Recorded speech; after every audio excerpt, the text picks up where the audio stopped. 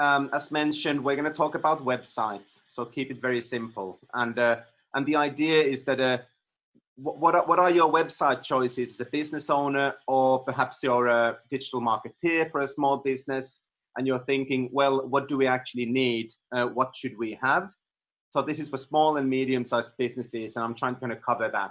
So we're not here to talk about like how do you build the infrastructure for the next Amazon or the next Supercell or something like that. So this is kind of aimed at hopefully for you guys. So about introduction to our work first, and we're a digital marketing agency consultancy established in 2013, and what we do is we do strategic consulting for small to medium-sized businesses in most cases. We originate from entertainment, so we work with the likes of Universal Music, Elton John, Nick Cave, many clients like this. But then for the last 7 years, really, the focus has been on working with small to medium-sized businesses in an environment where marketing is relevant for all, or the opportunity of marketing is something that nearly all businesses should look into in some shape or form.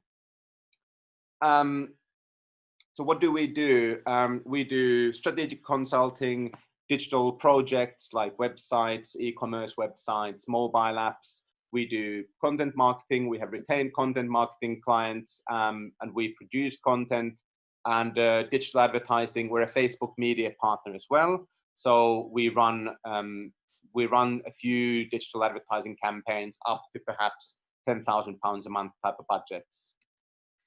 So what are we going to talk about? We're going to go into the digital marketing funnel, looking at where does a website sit in there? How do you choose your development partner? What is the digital marketing team for a small or perhaps more kind of a medium-sized business in the context of the Nordic Chamber members? Website types and examples, the team, the relevant elements, areas, case studies. We have then a bit about GDPR and project example timeline and examples by annual budget and investment.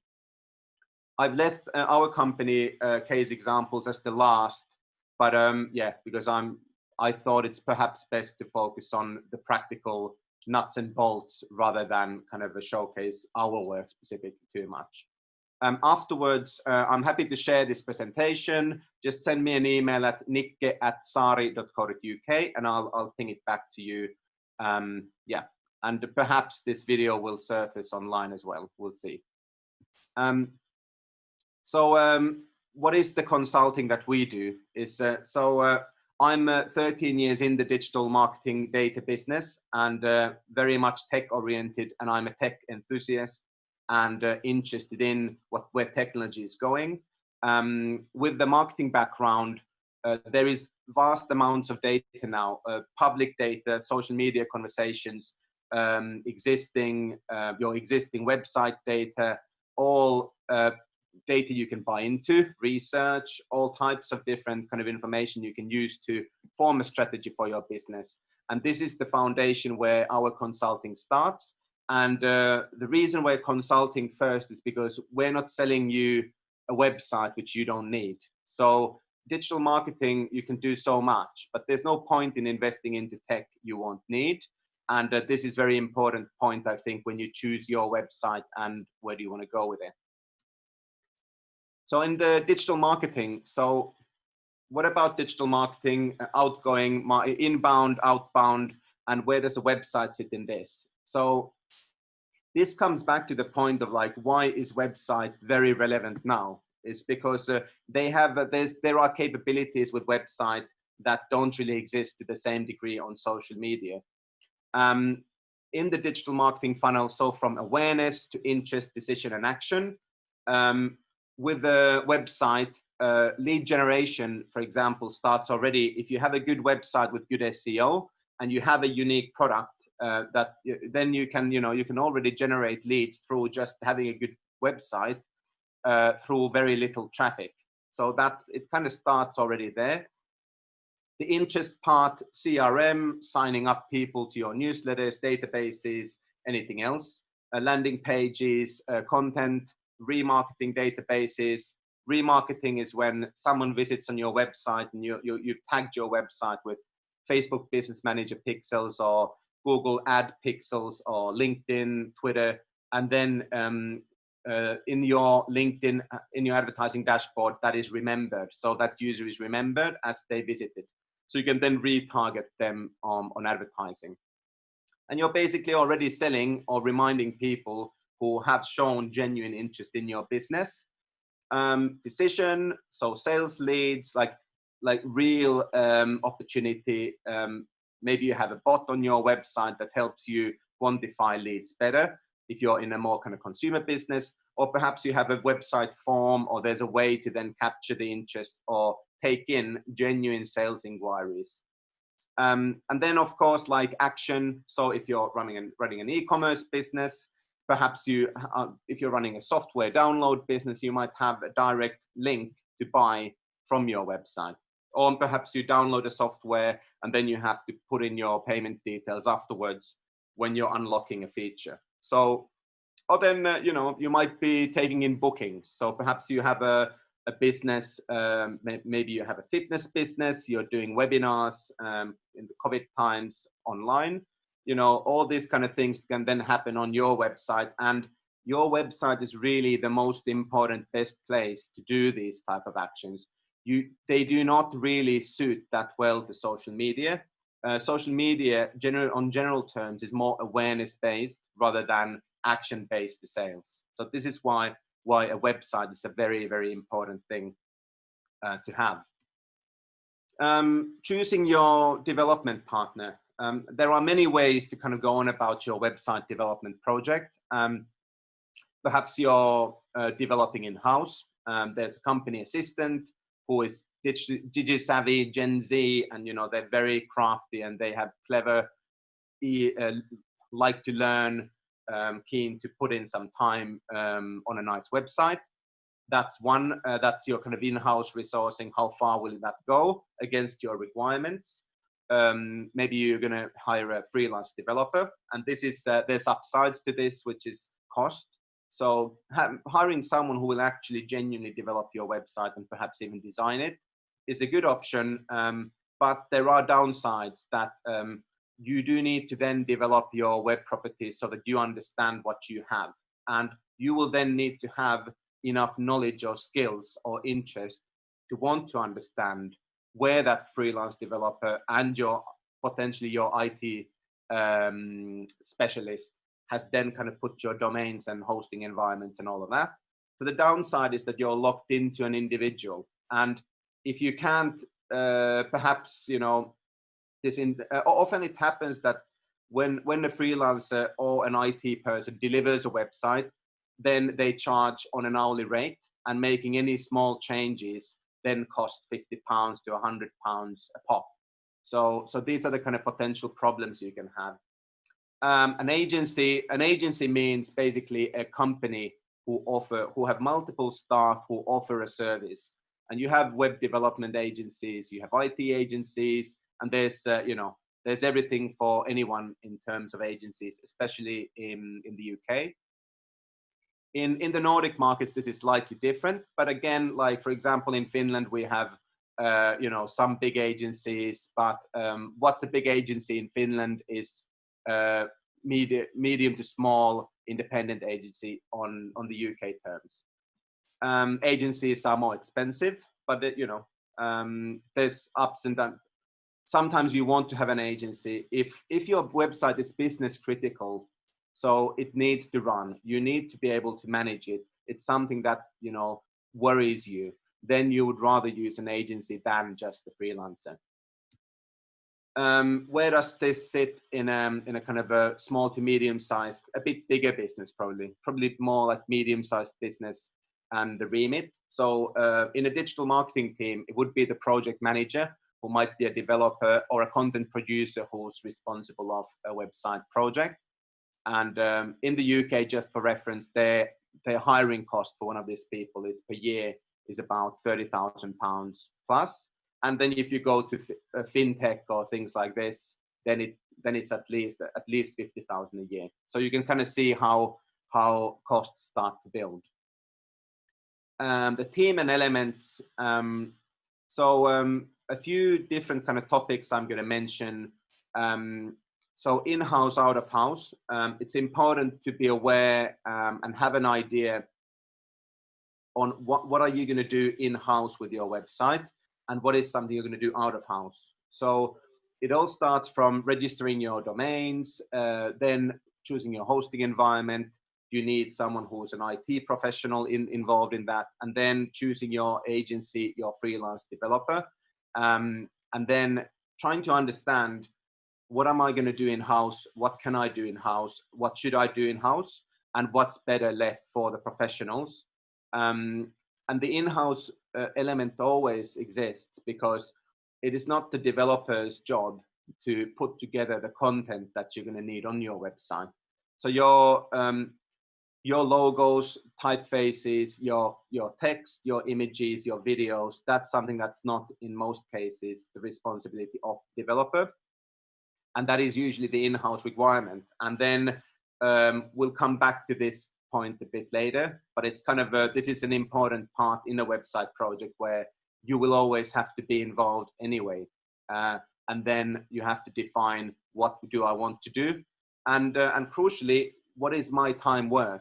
And this is what a business owner thinks a lot. Is it worthwhile me spending 3 days myself writing text for this website when I could hire someone to do it for £300? So time is money, and it's really kind of this in-house, out-of-house is good. It's a good thing. It's a good thing to be thinking about. The designer. So do you need a graphic designer, a UX designer? UX stands for the user interface. Do you need a developer, or is it an agency? Developer meaning a freelancer here.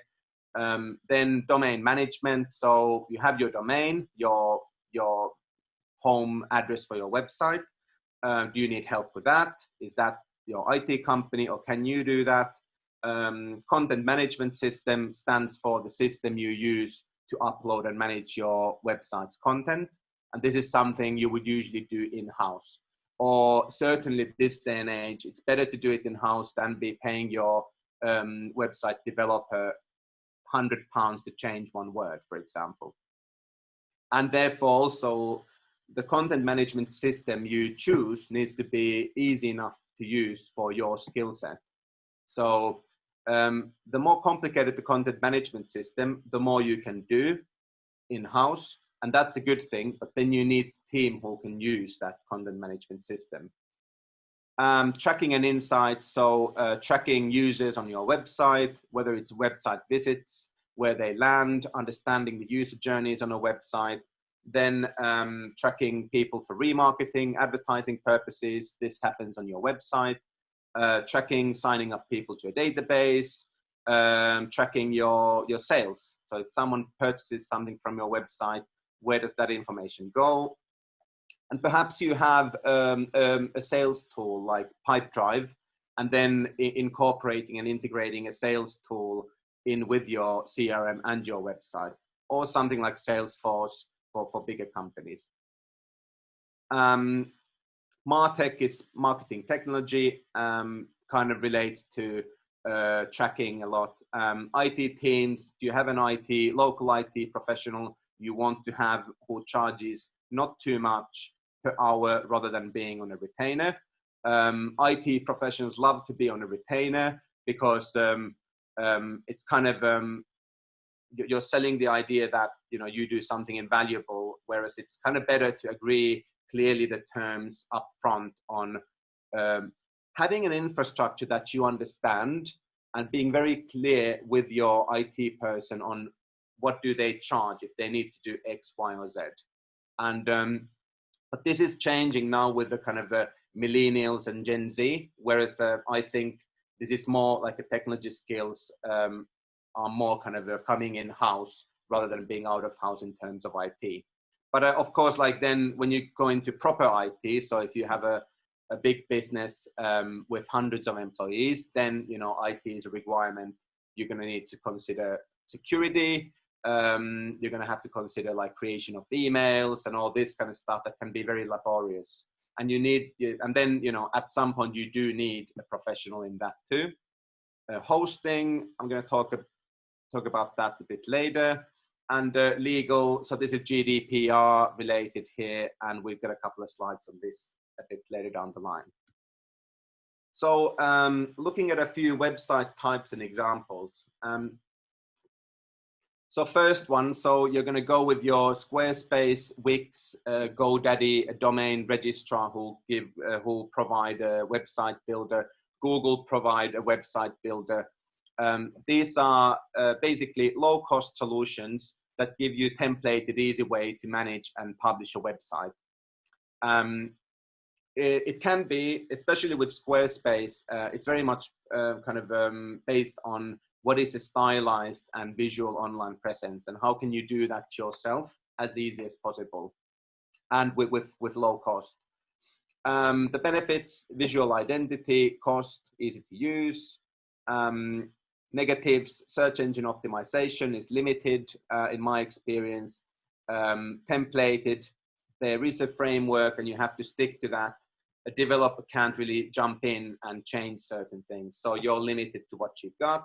Certain web browsers might not be, like some of the templates might not be, or companies like Squarespace might not optimize for a specific website browser as well as some others, and this can be a problem. Usually these are developed in responsive to your screen size, and this is really something that's kind of not a problem these days. So most platforms or CMSs, whatever you're using, understand that you need to consider mobile, tablets, and larger screens. WordPress is the leading open source kind of system for content management, and there's about 1 million plugins that you can choose from. It's a comprehensible and scalable solution for small to medium-sized businesses. Even enterprise companies are now adopting WordPress, and this is something that's kind of a bit of a trend now. WordPress is just immensely flexible, and there's so many different easy low-cost tools and e-commerce systems like WooCommerce or Shopify, which you can just plug in and play, and that's really good with WordPress. WordPress is also very good with SEO, which is one of the main reasons why I tend to kind of go with with WordPress. And one negative has been security, and this is because there's so many different plugins and so many different templates, and it's an open source community. There's also lots of people kind of using this as a door in to get to your data. And I had my first WordPress website hacked 2 weeks ago, and this was very much like a WordPress based hack. I didn't used to worry about security, but it's been an increasing concern now, and there are kind of better systems in terms of that. However, if you manage your website well and you know what you've got, you shouldn't really worry about this. Umbraco is an example of a content management system that's Microsoft based, and .NET framework on the tech column is basically relates to like the Microsoft language of developing websites. And it's infinitely flexible to develop in various ways, and it integrates with the Microsoft systems without a problem. But it is costly and it's specialist, and also I would say that if you're a marketing company, if you're more a visual person or you're a brand holder, the .NET websites don't tend to be so. They tend to feel more Microsoft, and they don't tend to kind of emphasize the visual feel as much. But this is a minor point, and it's by no means that you can't develop beautiful websites on .NET Umbraco, for example. Drupal is famous for e-commerce, and it's open source again. it's a bit specialist and being a tiny bit less popular recently. Jekyll is another one. My own website used to be on Jekyll, and it's MIT open source licensed. It's beautiful, great for marketing. It's a bit specialist, and the coding is it's on Ruby on Rails. And recently I moved to Craft CMS, which is PHP. And my reason for moving into a specialist CMS rather than going with WordPress, for example, is because I needed something that works really fast and promotes my business as a leader in technology to a degree. And I know what I have, so I'm going to look after it. So that's one of the reasons. And then you might just go with a simple hosting page, and that's paying a couple of £100 for a developer. You have your domain, and perhaps you have your own hosting environment, or you bought your hosting through your domain registrar, and and that's one way to do it. And then you can hold a good presence like that, but then you will need to know that you don't need to change it much, because then you will need a developer to make changes, unless you have some simple skills on HTML, CSS. Some relevant areas that I think it's good to know, because these kind of things do come up when you're dealing with developers. Cache. So what is a cache? It's basically it's a layer. It's a service. It can be a plugin. It can be provided by your supplier like Cloudflare. It's something that saves and memorizes your content on a browser, so that the performance of the website for future visits is faster. This is more relevant if you're using your website as a tool for your own staff. So if people use it daily for a purpose, or if it's e-commerce based, then this is more relevant because you have recurring visits. But if you're building a marketing website that's mainly as a reference to your work and a portfolio, then there's less relevancy with this, because the first visit, it doesn't really make a difference much in that sense. But yeah, most hosting providers now provide some sort of a caching layer, and you can buy into kind of a specialist service, or like Cloudflare is actually it's free of charge to begin with, but then you can kind of you can use something like that. I recently adopted a new hosting provider for WordPress websites called Kinsta, and they have their own cache, which is good. So it's integrated, it's no fuss, you just push a button and it works. A CDN is a content delivery network. So this relates to media hosting. So this is big videos, big images. If you're delivering big chunks of data, if people are downloading 1 gigabyte, big chunks, then you need a different hosting for that. So, and this is again like a requirement. So let's say you're a software company and you have a download that's 1 gigabyte, and you drive people to your website to go and download that 1 gigabyte file, then you would have that hosted on a CDN, or then you might use something like Amazon or Microsoft Azure, who already have that capability, so it would happen in the background. Hosting control panel. So this is kind of this is basically different from the domain register, like where you register your domain. And for those who are not aware, this is kind of where you set up your hosting environment, where you create new users who can access your hosting.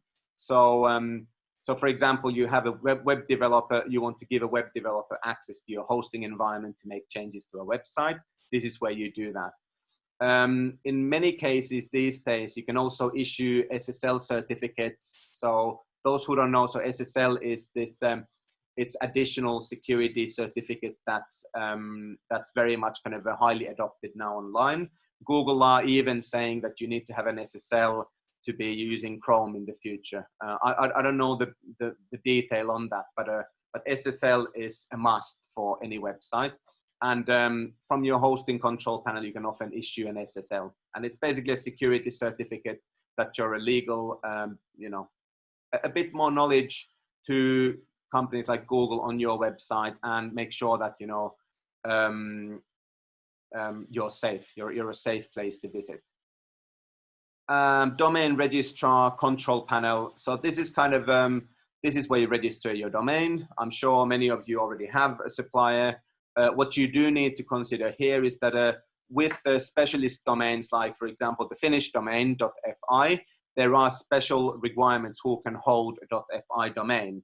I'm currently working on a project where I'm transferring domains away from Russia. So I have .ru domains, .it, .fi, .com, and I'm consolidating these. And you cannot necessarily choose something like GoDaddy to host like a .fi domain. So this is one consideration if you're running multiple domains.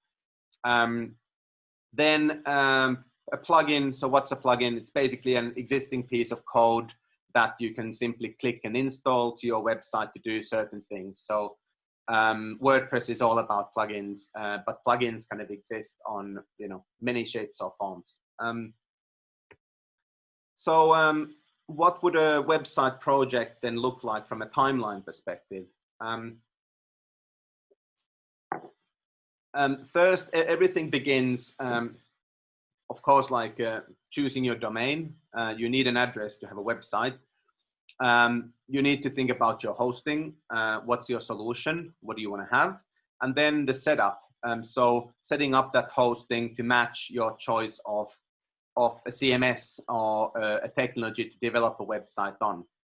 Now, you don't need a CMS to develop a website, but a content management system offers a framework that then speaks to the public side of the website. So in most cases, you would choose a CMS.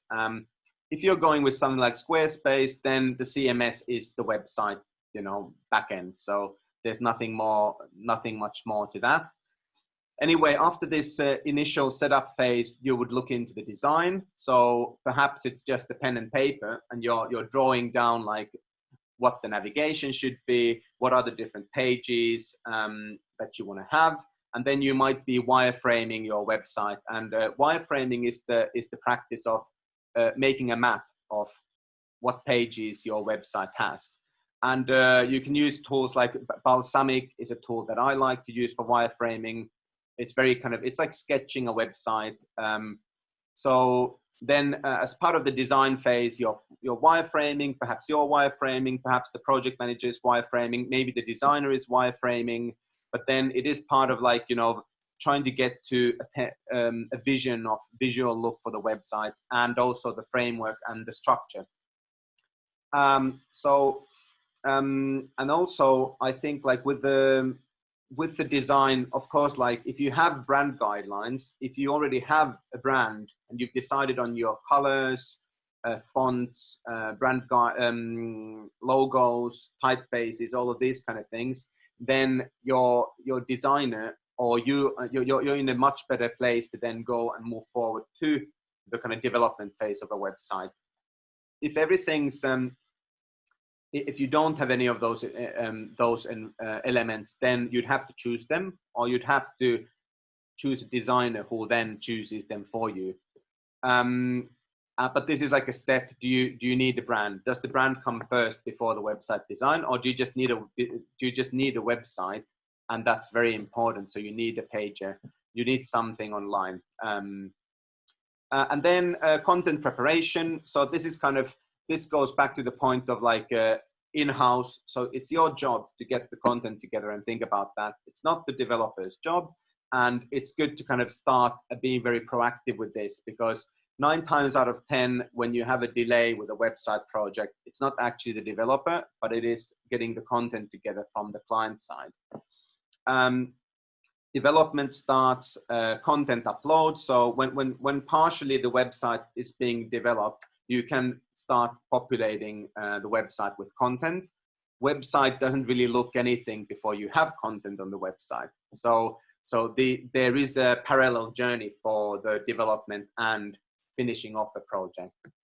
Then you enter into kind of a sending first draft to the client. So you'll get a version. This is how it looks like. Any changes? Perhaps you're first looking at just the web view, also the mobile view, and then you're doing debugging, you're redefining, refining, and then there is basically sign off for the final website, and then you go live.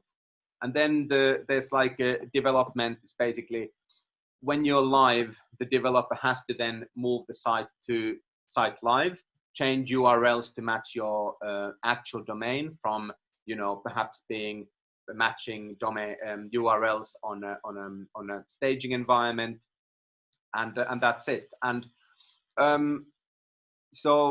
most website projects at this level we're talking about are 1 to 3 months, really depending on the content more than anything else.